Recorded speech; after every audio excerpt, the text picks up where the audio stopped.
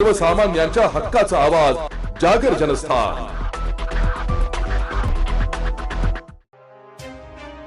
आयुक्त तथा प्रशासक मनीषा खत्री यांनी गणेशोत्सव विसर्जन मिरवणूक मार्गाची पाहणी केली आहे। महाराष्ट्र शासनाने जाहीर केलेल्या राज्योत्सव अर्थात गणेशोत्सवाची नाशिक शहरात विसर्जन मिरवणूक शनिवार दिनांक 6 सप्टेंबर 2025 रोजी मोठ्या उत्साहात पार पडणार आहे। या पार्श्वभूमीवर आज दिनांक 30 ऑगस्ट रोजी दुपारी 12:30 वाजता मनपायुक्त तथा प्रशासक मनीषा खत्री यांच्या प्रमुख उपस्थितीत विसर्जन मिरवणूक मार्गाचा पाहणी दौरा करण्यात आला।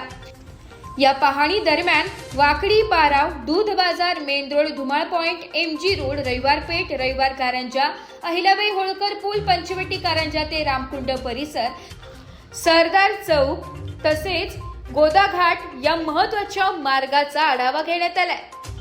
पाहणी करताना रस्त्यातील अडथळे, अतिक्रमण, खड्डे बुजविणे तसेच ओव्हरहेड वायर्स व केबल्स तातडीने हटवण्याचे आदेश आयुक्तांनी संबंधित विभागांना दिले।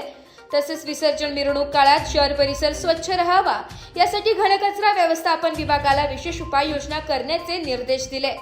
या पाहणी दौऱ्यात आयुक्त मनीषा खत्री यांच्यासोबत अतिरिक्त आयुक्त प्रदीप चौधरी, उपायुक्त अजित निकत, शहर अभियंता संजय अग्रवाल, अधीक्षक अभियंता अविनाश धनाईत, रवींद्र धारणकर, विभागीय अधिकारी तथा नगर सचिव मदन हरिश्चंद्र, चंदन घुगे, कार्यकारी अभियंता संदेश शिंदे, गणेश मैड, उपअभियंता समीर रगते, प्रशांत पोरसे आदी अधिकारी उपस्थित होते।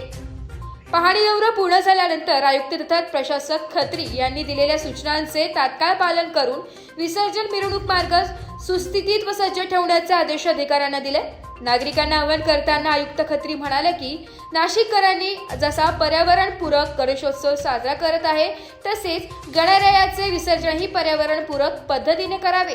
त्यामुळे गोदावरी नदी व शहरातील इतर नद्या प्रदूषित होऊ नये याची काळजी घेणे हे सर्वांचे कर्तव्य आहे, असे आवाहन गणेश भक्तांना केले। आज सकाळी आम्ही माझी पूर्ण मनपाची टीम सोबत आपला जे गणेश विसर्जनासाठी मिरवणूक मार्ग आहे त्याची पूर्ण पाहणी केली। सगळे जे स्पॉट्स आहे जिथे काही आपल्याला काही डागडुजी करायचे किंवा काही खड्डे भरायचे, काही लाईन शिफ्टिंग करायचे, अशा प्रकारची सगळी जे स्थिती आहे ती सगळी ते पाहणी करून तसं फायनल पण केलेलं आहे की कुठे कुठे काय करायचे आणि त्याच्या आजपासून काम पण सुरू होऊन जातील। आणि इथे आपल्या घाटवर पण कशा प्रकारे आपण विसर्जन करणार, काय पद्धत असणार त्याचे पण सगळं ते आढावा घेतला आणि आपल्या गणेश विसर्जनास काही अडचण येणार नाही कोणाला आणि ते प्रॉपर पद्धतीने होऊन जाईल त्या प्रकारे आमची तयारी मंडपात सुरू होते। जागर जनस्थानसाठी प्रतिनिधी संदीप नवसे, नाशिक।